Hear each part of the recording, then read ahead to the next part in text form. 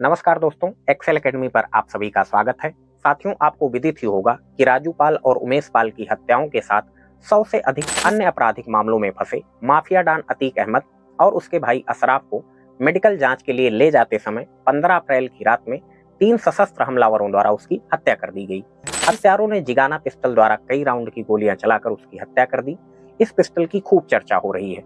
इससे पहले 13 अप्रैल को अतीक अहमद के बेटे असद और करीबी सहयोगी गुलाम को यूपी पुलिस ने झांसी के पास एक मुठभेड़ में मार गिराया था। इन दोनों के पास 2 बंदूकें, एक ब्रिटिश बुलडॉग रिवॉल्वर और एक वाल्टर P88 बरामद की गई थी। तो आज के इस डिस्कशन में हम इन्हीं गन्स के बारे में बात करेंगे। इसके अलावा अवैध रूप से गन्स रखने पर कानून में सजा के क्या प्रावधान है, लाइसेंसी गन्स को लेने के लिए क्या क्या अर्हताएं होनी चाहिए तथा गन्स से संबंधित हम कुछ अन्य फैक्ट्स के बारे में भी जानेंगे। आइए सबसे पहले जानते हैं जिगाना पिस्टल के बारे में, जिससे दुर्दांत अपराधी अतीक और उसके भाई अशराफ की हत्या की गई। जिगाना एक सेमी ऑटोमेटिक पिस्टल है जो तुर्की की कंपनी टिसास द्वारा निर्मित है। इसे पहली बार 2001 में तैयार किया गया था। जिगाना की एक पूरी सीरीज है दोस्तों, और इसका वजन करीब करीब हर एक सीरीज का अगर आप देखेंगे तो जितनी भी बंदूकें इसमें बनी है उनका वजन तकरीबन 900 ग्राम है और इसकी रेंज 350 मीटर तक है। इस पिस्तौल का प्रयोग मलेशियन आर्मी, अजरबैजान की मिलिट्री के अलावा फिलीपींस की पुलिस के साथ ही अमेरिका की कोस्ट गार्ड भी इसे यूज करती है। मॉडर्न फायर आर्म्स के अनुसार जिगाना पिस्तौल में अब कुछ मॉडिफिकेशन किए गए हैं। यह पिस्तौल अब एक ब्राउनिंग टाइप लॉकिंग सिस्टम के साथ लॉक्ड ब्रीच शॉर्ट रिकाइल ऑपरेटेड हथियार है। इसमें बैरल को एक बड़े लेग के जरिए स्लाइड से जोड़ा जाता है जो इजेक्शन पोर्ट की तरह काम करता है। ट्रिगर एक डबल एक्शन मैकेनिज्म है। इस पिस्तौल में ऑटोमेटिक फायरिंग पिन ब्लॉक भी होता है। इस पिस्तौल से एक बार में 15 से 17 राउंड तक की फायरिंग की जा सकती है। ये कभी जाम तथा गर्म नहीं होती है। यही विशेषताएं जिगाना को एक अत्यंत विश्वसनीय और उपयोग में आसान हथियार बनाती हैं, जिससे यह न केवल एशिया भर के गैंगस्टर के लिए बल्कि मलेशिया, तुर्की और फिलीपींस जैसे पुलिस बलों और सेनाओं के लिए भी पसंदीदा उनकी बंदूक बन जाती है। भारत में इस पिस्टल पर बैन है। एक पिस्तौल की कीमत तकरीबन 6 से 7 लाख रुपए के बीच बताई जाती है। अब आप सोच रहे होंगे कि भारत में यह पिस्टल बैन है तो आती कैसे है। तो कुछ रक्षा विशेषज्ञ इसे बताते हैं कि इसे पाकिस्तान के रास्ते भारत में ड्रोन के जरिए अवैध रूप से लाया जाता है। टर्किश डिफेंस डेली के मुताबिक इस पिस्टल को पाकिस्तान में लोकल वर्कशॉप पर बनाया जाता है और जिगाना के मॉडल्स को गैर कानूनी तरीके से वहां पर बेचा जा रहा है। इन्हें बिल्कुल ऐसे तैयार किया जा रहा है कि ओरिजिनल लगे और इसे वहां पर कम दामों में बेचा जाता है। पाकिस्तान में एक बड़ा गन मार्केट है और इन्हीं जगहों पर इनका उत्पादन होता है। पाकिस्तान का दर्रा आदम खेल, जिसे गन वैली भी कहा जाता है, इसकी आबादी करीब 80,000 लोगों की है। इस जगह पर 2000 घर ऐसे हैं जहां पर हथियारों का निर्माण किया जाता है। इस जगह पर हर हथियार आपको 20,000 से लेकर 40,000 की कीमत पर मिल जाता है, जिसमें ऑटोमेटिक और सेमी ऑटोमेटिक 9mm तथा इटालवी जो पिस्टल है बेरेट्टा, वो भी यहाँ पर आपको आसानी से उपलब्ध हो जाती है। यहाँ तक कि एंटी एयरक्राफ्ट गन भी इस बाजार में बिकती है। अब आइए वाल्टर P88 के बारे में हम लोग जानते हैं। तो इसे जर्मन कंपनी वाल्टर द्वारा बनाया जाता है। यह भी एक सेमी ऑटोमेटिक पिस्टल है। इसकी विशेषता यह है कि इसमें एक उच्च क्षमता वाली एक डबल स्टैक मैगजीन होती है, जिसमें 15 राउंड बॉक्स मैगजीन लगती है। पहली बार इसे 1988 में व्यावसायिक रूप से उपलब्ध कराया गया था, इसीलिए इसे P88 कहा जाता है। परंतु भारी और महंगी होने के साथ साथ मैनुअल सुरक्षा में कमी के लिए इसकी खूब आलोचना की गई थी। यह कई परीक्षणों में विफल रही। फलस्वरूप इटालवी बेरेट्टा के पक्ष में अमेरिकी सेना द्वारा इसे खारिज कर दिया गया। मतलब उन्होंने इटालवी बेरेट्टा जो है, अमेरिकी सेना ने उसको ज्यादा प्रेफर किया और इसे खारिज कर दिया। तत्पश्चात कंपनी ने कुछ संशोधन करके P88 कॉम्पैक्ट बनाई, लेकिन कॉस्ट मैन्युफैक्चरिंग अधिक होने के कारण इसे भी अधिक सफलता नहीं मिली। वाल्टर ने क्रमशः 1997 और 2000 में P88 और P88 कॉम्पैक्ट दोनों का उत्पादन बंद कर दिया।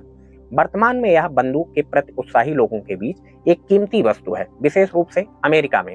यह बेहद लोकप्रिय उमरेक्स CP88 एयर पिस्टल का आधार भी है, जिसका इस्तेमाल निशानेबाजी के शौकीन लोग करते हैं। अब आइए ब्रिटिश बुलडॉग के बारे में भी जान लेते हैं।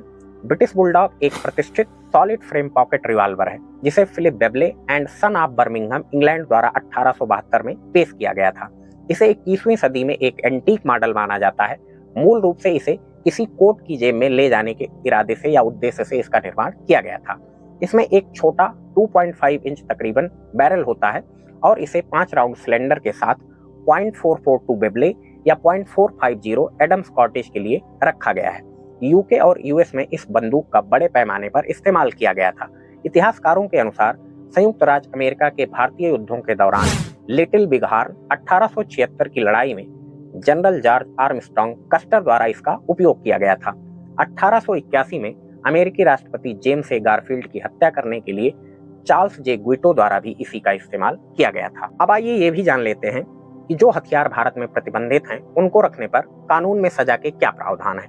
भारत में हथियारों और गोला बारूदों के उपयोग को नियंत्रित करने के लिए भारत की संसद द्वारा शस्त्र अधिनियम 1959 पारित किया गया था, ताकि अवैध हथियारों एवं उनसे होने वाली हिंसा पर रोक लगाई जा सके। इसका उद्देश्य भारत में हथियारों और गोला बारूदों के अधिग्रहण, कब्जे, निर्माण, बिक्री, आयात, निर्यात एवं परिवहन से संबंधित सभी पहलुओं को शामिल करना है। अवैध रूप से हथियार रखने पर आईपीसी के साथ ही आर्म्स एक्ट और विस्फोटक पदार्थ अधिनियम के तहत धाराएं लगाई जाती हैं। ऐसे मामले में कम से कम 7 साल या अधिकतम उम्र कैद की सजा भी सुनाई जाती है। मामले की गंभीरता को देखते हुए यूएपीए भी लगाया जा सकता है। अब आइए जानते हैं कि भारत में बंदूक का लाइसेंस प्राप्त करने के लिए क्या क्या अर्हताएं होनी चाहिए, मतलब क्या क्या योग्यताएं आपके पास होनी चाहिए जिससे कि आपको एक लाइसेंसी बंदूक मिल सके। तो पहली बात तो ये है दोस्तों कि भारत में बंदूक का लाइसेंस प्राप्त करने के लिए जो न्यूनतम आय सीमा है वो 21 वर्ष है। आवेदन करने से 5 वर्ष पूर्व आवेदक को हिंसा या नैतिकता से जुड़े किसी भी अपराध का दोषी नहीं ठहराया गया हो, वह विकृत दिमाग का ना हो यानी मेंटली अनस्टेबल ना हो, ना ही सार्वजनिक सुरक्षा और शांति के लिए किसी प्रकार का कोई खतरा उत्पन्न करता हो।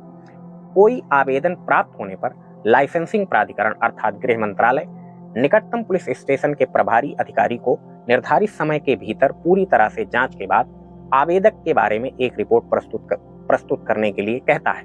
जिलाधिकारी, जिला कलेक्टर, कमिश्नर या इसी रैंक के अन्य अधिकारी भी लाइसेंस जारी कर सकते हैं।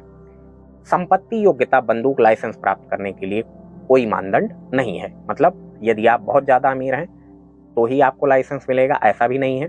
या आप रामलाल हैं, मतलब इन द सेंस आप अत्यंत गरीब हैं तो आपको बंदूक नहीं दी जाएगी, ऐसी कोई क्राइटेरिया संपत्ति के मामले में नहीं है। चलते चलते आपको कुछ गन फैक्ट्स भी बता देते हैं।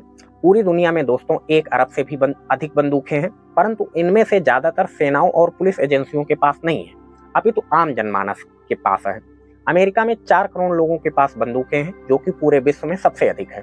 अमेरिकी संविधान का दूसरा संशोधन अमेरिकियों को हथियार रखने का अधिकार देता है। गन कल्चर एवं गन वायलेंस के मामले में अमेरिका पहले स्थान पर है। इसके बाद हमारे प्यारे भारत, चीन, पाकिस्तान और रूस का नंबर आता है। अमेरिका बंदूक का सबसे बड़ा निर्यातक देश है। इसके बाद रूस, फ्रांस, चीन और जर्मनी का नंबर आता है। बहुत ही कम देशों में बंदूक को रखने के लिए जो लाइसेंस प्रदान किया जाता है उस पर प्रतिबंध लगा है। तो आज के सेशन में इतना ही दोस्तों, मिलते हैं किसी नेक्स्ट और इंटरेस्टिंग टॉपिक के साथ। आप सभी लोगों का बहुत बहुत धन्यवाद और आपसे अनुरोध है कि हमारे चैनल को सब्सक्राइब तथा वीडियो को लाइक एवं शेयर करना ना भूलें। पुनः हृदय तल की गहराइयों से आप सभी का बहुत बहुत धन्यवाद।